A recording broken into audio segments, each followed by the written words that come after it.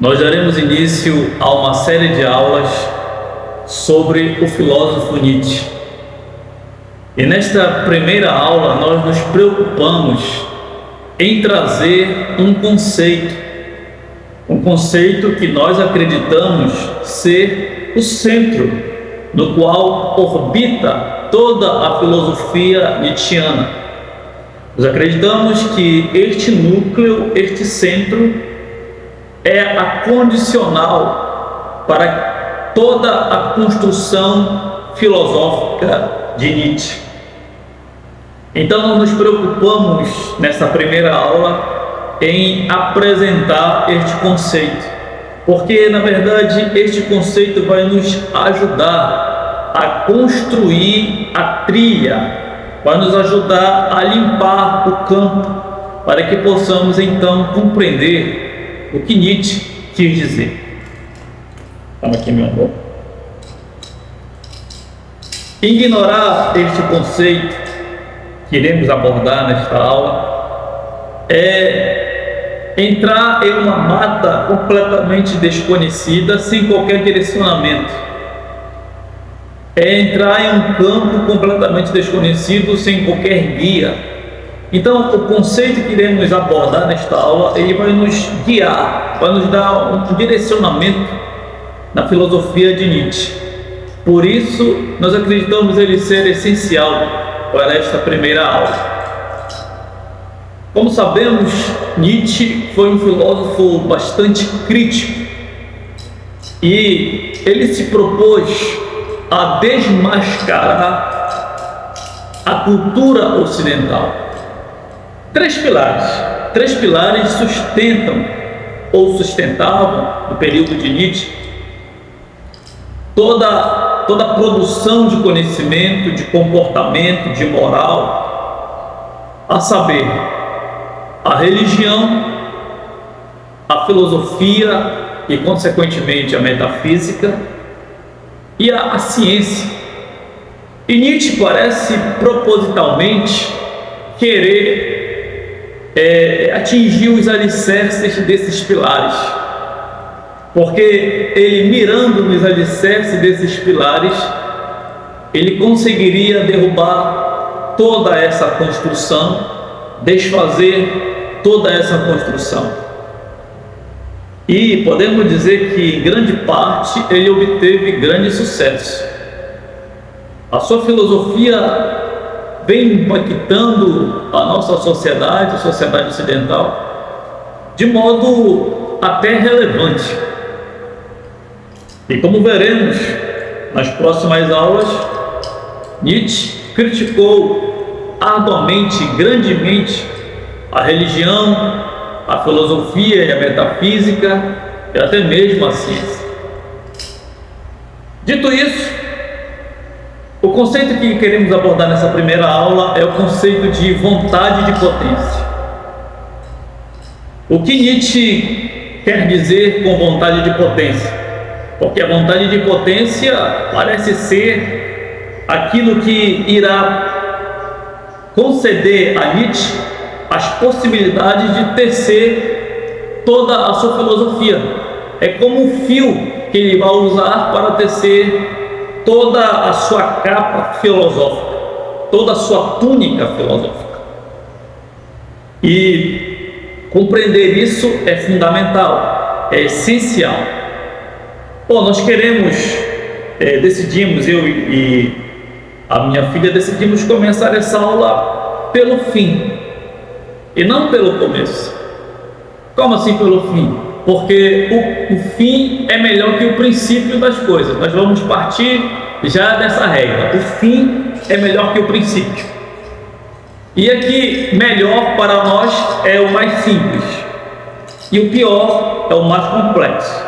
Então nós vamos começar do mais simples, que é o fim, para o princípio, que é o mais complexo. Tá bom? Vamos lá, meu amor. Será que o papai vai conseguir falar tudo que você me ensinou?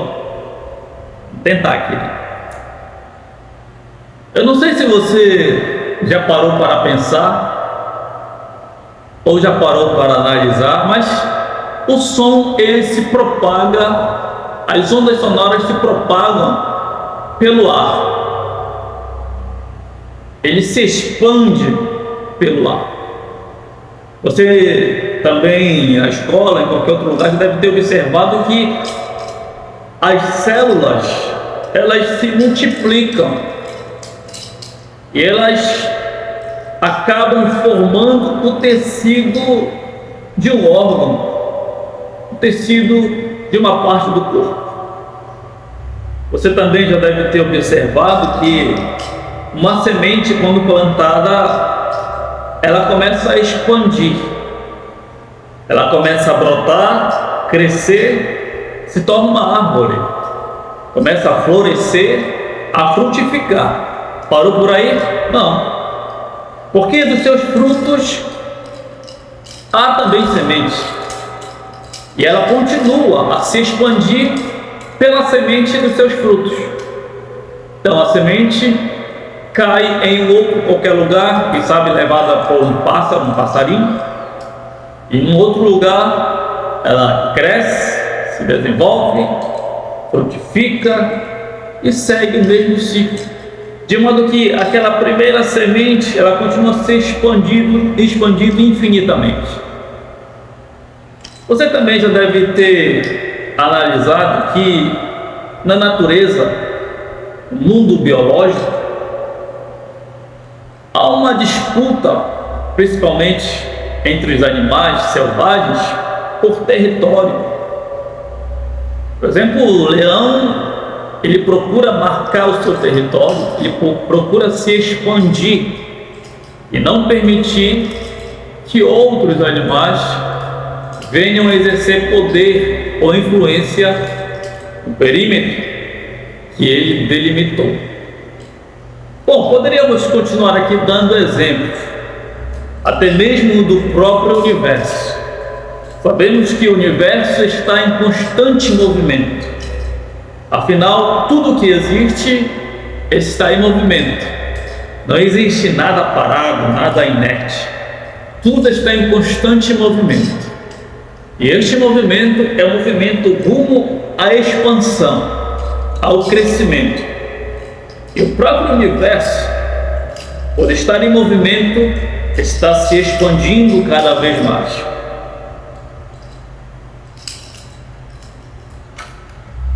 O que isso tem a ver com a nossa aula? O que isso tem a ver com o conceito de Nietzsche?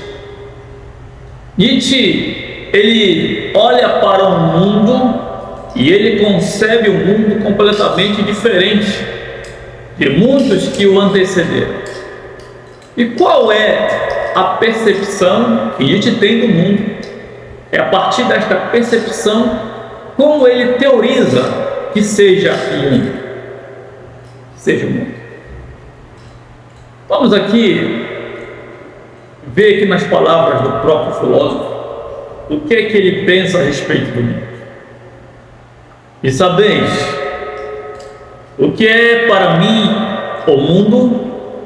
Este mundo, uma monstruosidade de força, sem princípio, sem fim, uma firme e bronze grandeza de força, uma economia sem despesas e perdas, mas também sem acréscimos ou rendimento, mas antes como força ao mesmo tempo e múltiplo, eternamente mudando, eternamente recorrente, partindo do mais simples ao mais múltiplo, do quieto mais rígido, mais frio, mais ardente, mais selvagem, mais contraditório consigo mesmo. E depois, outra vez, este é o mundo dionisíaco, do eternamente criar-se a si próprio, do eternamente destruir-se a si próprio, sem alvo, sem vontade. Este mundo é vontade de potência, e nada além disso. E também vós próprios sois essa vontade de potência, e nada além disso. Aqui está a concepção de Nietzsche sobre o mundo. Como lemos, Nietzsche, ele olha para o mundo e quando ele olha para o mundo, ele pode perceber constatar que o mundo é uma monstruosidade de forças. O mundo é um palco de conflitos. O mundo é um campo de forças nas quais elas estão em constante conflito consigo mesmo. Nietzsche concebe o mundo repleto de caos e de lutas constantes.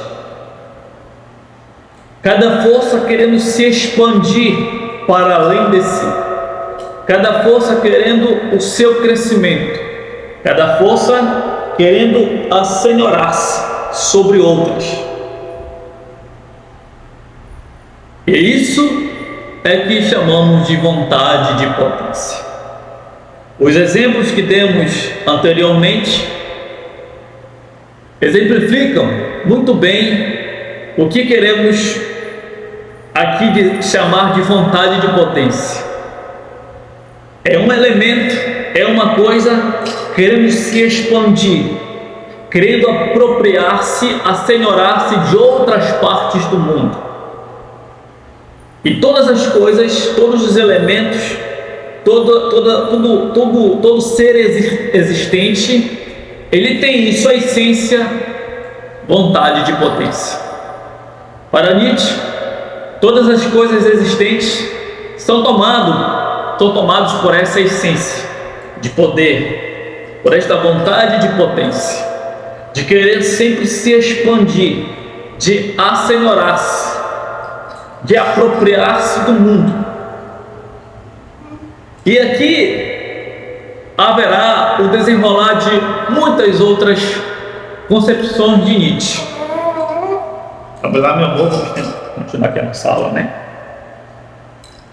Você pode continuar ou o papai pode continuar? Qualquer coisa que o papai falar aqui, alguma besteira, você corrige, tá bom? Vai fazer silêncio. Então, o mundo é este palco, este mar contraditório de ondas que tentam apoderar-se uma das outras. O mundo, ele é uma constelação de forças, nas quais elas se unem em um dado instante. Em um instante diferente, elas se desfazem. Esse se unir e se desfazer é que podemos chamar de acontecimentos do mundo. As forças, ao entrarem em conflito, esta constelação de forças, ao conflitarem entre si, umas saem vitoriosas, outras acabam perdendo. Então a vida é esta coleção de conflitos, nas quais teremos ganhos, vitórias e conquistas, e derrotas, perdas. Essa junção de forças, esse conflito de forças que ao se juntar no instante e ao se desfazer no instante, são os acontecimentos do mundo real. Os acontecimentos do mundo real. Para Nietzsche não existe fato. Quando digo fato, é algo constante, algo permanente. Fato, quando digo fato, digo algo que não muda com o passar do tempo. Nesse sentido, o fato não existe. Todas as coisas estão em constante movimento, estão em constante construção e desconstrução, construção e desconstrução. Não existe sequer um período de paz no mundo.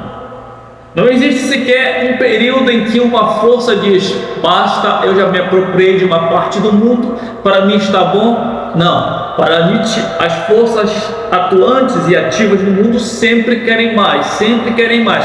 E por que elas sempre querem mais? Porque essa é a sua essência, vontade de potência, vontade de potência. E nem obstante há um momento de repouso. Por quê? Porque, segura aqui, meu irmão, segura aqui, tá? O estado de repouso é sinônimo de declínio. Por quê? Se uma força, ao se apropriar de uma parte do mundo, ao subjugar uma outra força, ela resolve acomodar-se, isso já é um sintoma de declínio. Por quê? Porque uma outra força poderá se apropriar dela. Então, vontade de potência é isso, é sempre procurar se expandir cada vez mais, procurar crescer cada vez mais, tornar-se maior a cada instante, Tá certo, meu amor? Você quer falar um pouquinho aqui? Não?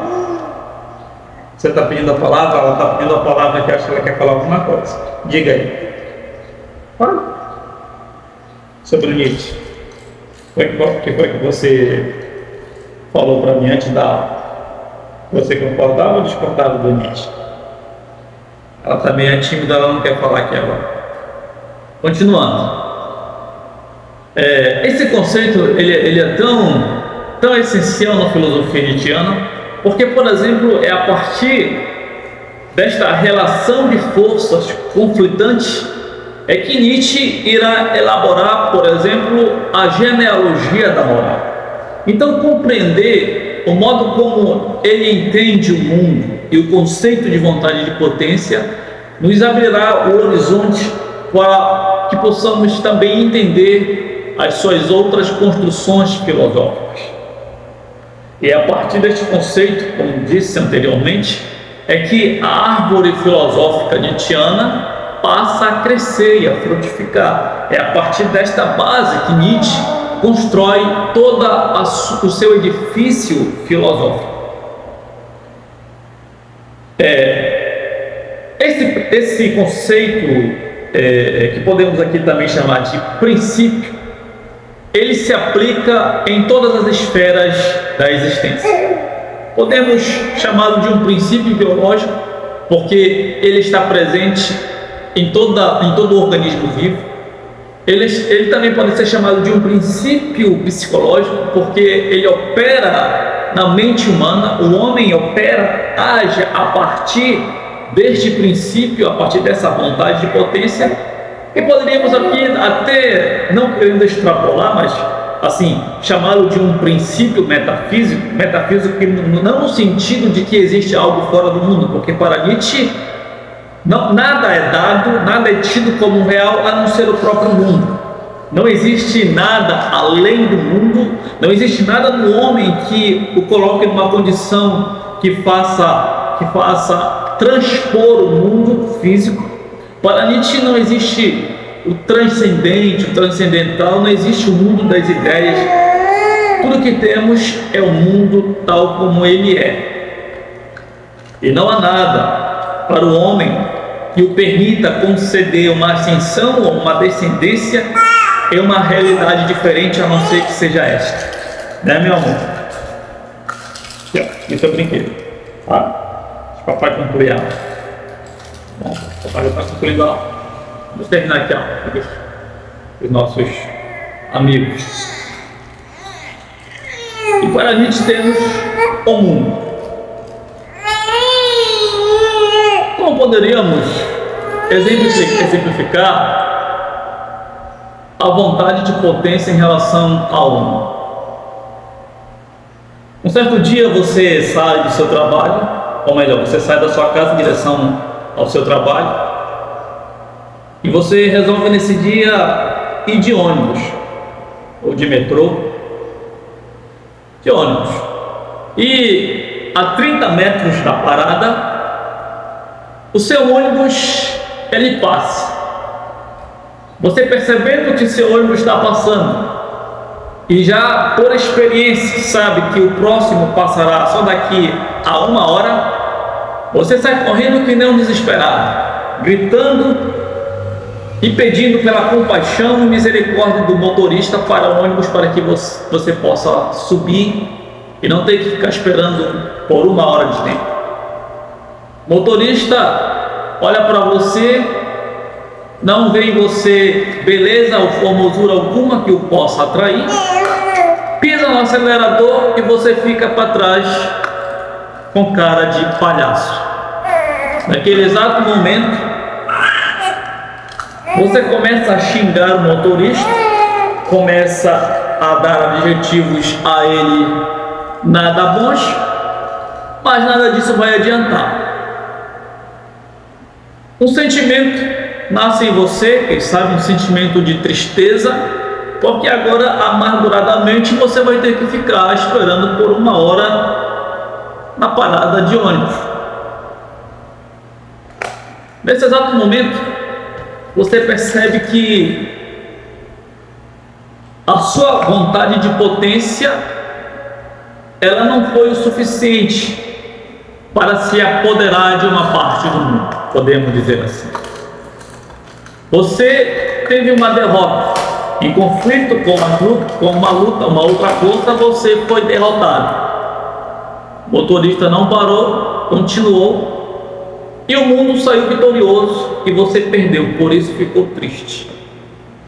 Mas ali chateado, você começa a andar em direção à parada de ônibus e do nada começa a passar um cachorro na sua frente e você, chateado na vida, querendo passar o cachorro na sua frente, chuta o cachorro sai gritando, latindo, berrando. E naquele momento você se sente maior que o cachorro, porque você bateu no cachorro e o cachorro saiu correndo com medo de você. Olha lá, só nesse exemplo nós tivemos 3 forças, mas continuando, você chega na parada do ônibus e, para sua sorte, alguém está ali parado com um carro e vai exatamente para o local onde você estaria se direcionando, e você pega essa carona e agora vai feliz da vida. Você está feliz porque a sua força se expandiu e você conseguiu conquistar uma parte do mundo. Observe que nesse pequeno exemplo nós tivemos a junção de constelação de forças que se entraram em conflito ao início, se desfizeram, houve uma outra união com outras forças que se desfizeram e houve uma outra união com outras forças que se desfizeram. Então elas se unem e se desfazem, se unem e se desfazem. A força conflitante entre você e o ônibus, entre você e o cachorro, e entre você e a pessoa na parada de ônibus, elas se uniram, se conflitaram e se desfizeram. Em uma você perdeu, mas em 2 você ganhou. Esse seria um exemplo bobo, mas que nos ajuda a clarear a mente a respeito do que seja a vontade de potência e como elas se unem no mundo para tornar possível um acontecimento e como elas se desfazem instantaneamente. Então o mundo é esse constante movimento, está em constante mudança, não apenas em movimento, mas em constante mudança. E a mudança, ela é condicionada pelo movimento constante. Um outro exemplo que poderíamos dar, você, quem sabe, está na escola, no ensino médio ou fundamental, e tem aquela loira que você gosta, aquela morena, com o cabelo liso, mas você é uma pessoa magrinha, raquítica, e toda a sala tem o garanhão, tem um pegador, e o pegador é que fica com a garota. E você, triste, amargurado, embora querendo ela, perde para o mais forte, para aquele que exerce ativamente a sua vontade de potência.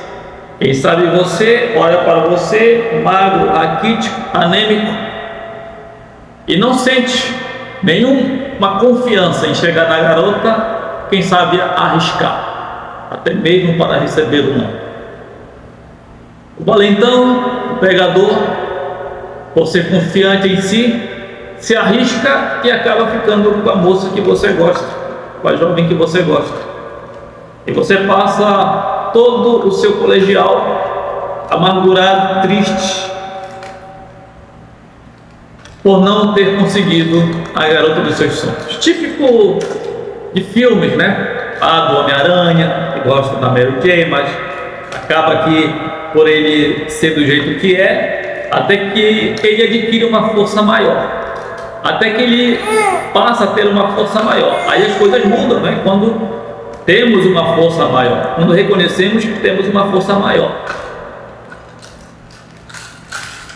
E para Nietzsche, o que acontece com aquela pessoa que, ao perceber que não pode competir no mundo, por perceber também que as forças que conflitam com ele são maiores e mais fortes, ele resolve interiorizar-se. É o nerd, que embora seja raquítico, magrelo, feio, ele é o nerd da sala. Ele só tira notas altas. Por quê? Porque ao perder no mundo real, ao perder nos conflitos da realidade física, ele interioriza todas as coisas e se volta para a ciência, para o conhecimento abstrato, para o mundo das ideias, como Platão, para o mundo transcendental. Ele começa a interiorizar o mundo e criar um mundo que não existe. Isso será assunto para as próximas aulas. Para concluir essa primeira aula,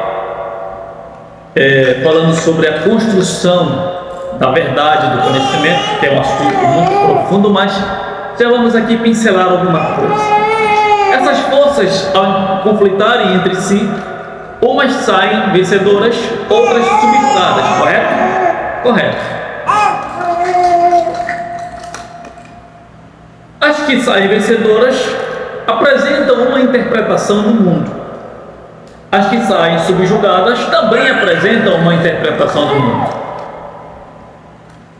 Essas interpretações do mundo podemos chamar de as verdades que o homem cria. Então, para Nietzsche não existe uma verdade absoluta. Não existe a história da verdade como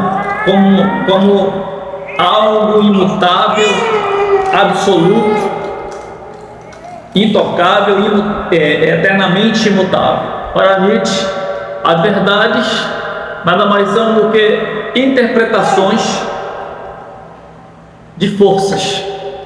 E uma verdade, ela aponta para duas coisas. Nota aí: ou para o declínio, ou para a expansão, para o domínio, para a força maior. Porque a verdade do mais fraco aponta para o declínio, enquanto que a verdade do mais forte para a expansão, para o crescimento, para a afirmação. Em contraposição à negação da verdade que aponta do mais fraco. Bom, nós iremos concluir essa aula. Obrigado por ter ficado com a gente até aqui, né, meu amor? E nós iremos estar aqui em outro momento, qualquer hora, falando sobre Nietzsche, dando continuidade. Até a próxima. Obrigado.